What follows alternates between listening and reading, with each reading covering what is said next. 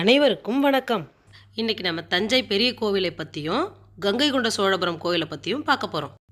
1010ஆம் ஆண்டு சோழ பேரரசர் முதலாம் ராஜராஜனால் கட்டப்பட்டது தான் இந்த தஞ்சை பெரிய கோவில். காஞ்சியில் ராஜசிம்மனால் கட்டப்பட்ட கைலாயநாதர் கோவில் நம்ம ராஜராஜ சோழனை மிகவும் கவர்ந்துச்சு. அதே போன்று கோவில் ஒன்று கட்ட வேண்டும் என்று நினைத்த அவர் தஞ்சையில் பெரிய கோவிலை கட்டினார். இத்தகைய பிரம்மாண்டமான கோவில் சுமார் 7 ஆண்டுகளில் கட்டி முடிக்கப்பட்டது. இக்கோவிலே தமிழனின் அதி உச்ச கட்டிடக்கலைக்கு சான்றாக அமைந்தது. இந்த கோயிலின் உயரம் 216 அடி. இது எவ்வளவு சிறப்பு வாய்ந்ததுன்னா, தமிழின் உயிர்மெய் எழுத்துக்கள் மொத்தம் 216 எழுத்துக்கள். கோவிலின் உள்ளே இருக்கக்கூடிய சிவலிங்கத்திற்கும் நந்திக்கும் உள்ள இடைவெளி பார்த்தீங்கன்னா மொத்தம் 247 அடிகள். தமிழ் எழுத்துக்கள் மொத்தம் 247. கோவிலின் உள்ள சிவலிங்கத்தின் உயரம் 12 அடி. நம்ம தமிழ் உயிரெழுத்துக்கள் மொத்தம் 12. சிவலிங்க பீடத்தின் உயரம் 18 அடி. தமிழின் மெய்யெழுத்துக்கள் மொத்தம் எத்தனை? 18. இதெல்லாம் வச்சு பார்க்கும்போது நம்ம மாமன்னன் ராஜராஜ சோழன் அவர்கள் தமிழின் மீது எவ்வளவு பற்றோடு இருந்தார் அப்படின்றத நமக்கு பறைசாற்றுகிறது.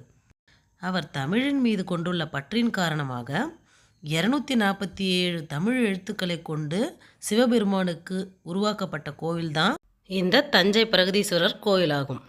கருவறையில் உள்ள சிவலிங்கம் உலகிலேயே பெரிய சிவலிங்கமாகும். 6 அடி உயரமும் 54 அடி சுற்றளவும் கொண்ட ஆவுடையார், 13 அடி உயரம் 23 அடி சுற்றளவும் உடைய லிங்கம் என தனித்தனி கருங்கற்களினால் செதுக்கப்பட்டு இணைக்கப்பட்டுள்ளது. இவ்வளவு பிரம்மாண்டமான கோவிலின் கடைக்கால் மிக குறைந்த ஆழத்திலேயே, அதாவது 5 அலகுகள் ஆழத்திலேயே அமைக்கப்பட்டுள்ளது. தமிழகத்தில் இந்த கோவிலைப் போலவே அமைப்புள்ள சில கோயில்கள் உள்ளன. அது என்னென்ன கோயில்னு பார்த்தீங்கன்னா, கங்கை கொண்ட சோழபுரம், தாராசுரம் ஐராவதேஸ்வரர் கோவில், திருபுவனம் கம்பகரேஸ்வரர் கோவில் போன்றவையாகும். வெளிப்புறத்திலும் உட்புறத்திலும் இத்தகைய பிரம்மாண்டமான அழகை கொண்ட பிரகதீஸ்வரர் கோவில் போல தானும் ஒரு அற்புதமான கோவிலை கட்ட வேண்டும் என்று ராஜராஜ சோழனின் மகனான ராஜேந்திர சோழன் அரியலூரில் ஒரு கோவிலை கட்டினார். கங்கை ஆறு வரை படையெடுத்து சென்று வெற்றி பெற்றதன் நினைவாக முதலாம் ராஜேந்திர சோழன் கங்கை கொண்ட சோழபுரம் என்ற நகரத்தை நிறுவி அதில் இக்கோவிலையும் கட்டினார். இவர் இந்த கோவிலை கட்டி முடித்த பிறகு இந்த கோவிலின் கும்பாபிஷேகத்திற்கு போரில் தோற்றுப்போன மன்னர்களிடம் கங்கையிலிருந்து நீரை எடுத்து அதை தலையில் சுமந்து வரச் சொல்லி அபிஷேகம் செய்யப்பட்டதாக கூறப்பட்டுள்ளது. இதன் விளைவாகத்தான் கங்கை கொண்ட சோழபுரம் என்ற பெயர் வந்ததற்கு முக்கிய காரணம் என்று கூறப்படுகிறது. இந்த கங்கை கொண்ட சோழபுரத்தின் கோவில் கோபுரம் தஞ்சை பெரிய கோயில் கோபுரத்தை விட சற்று குறைவான உயரம் கொண்டதாகவே கட்டப்பட்டுள்ளது. இதற்கு பல காரணங்கள் கூறப்படுகிறது. ராஜேந்திர சோழன் நினைத்திருந்தால் தஞ்சை பெரிய கோயில் கோபுரத்தை விட மிக உயரமான பெரிய கோபுரத்தை கட்டியிருக்க முடியும். ஆனால் அவர் தன் தந்தையின் மீது வைத்திருந்த அன்பின் காரணத்தினாலும் மரியாதையினாலும், தன் தந்தையின் புகழ் என்றும் நிலைத்திருக்க வேண்டும் என்ற எண்ணத்தினாலும் தஞ்சை கோவில் கோபுரத்தை விட கங்கை கொண்ட சோழபுரம் கோயில் கோபுரத்தை சற்று குறைவான உயரத்தில் கட்டினார் என்று கூறப்படுகிறது. இக்கோவிலின் கட்டடக்கலை பொறுத்த அளவில் கிட்டத்தட்ட தஞ்சை பெரிய கோவிலின் கட்டட அமைப்பையே தழுவியுள்ளது.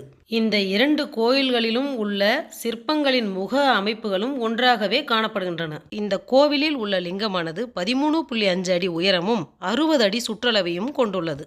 இந்த கோவிலில் கட்டப்பட்டுள்ள நந்தியானது சுண்ணாம்பு கல்லினால் கட்டப்பட்டதாகும்.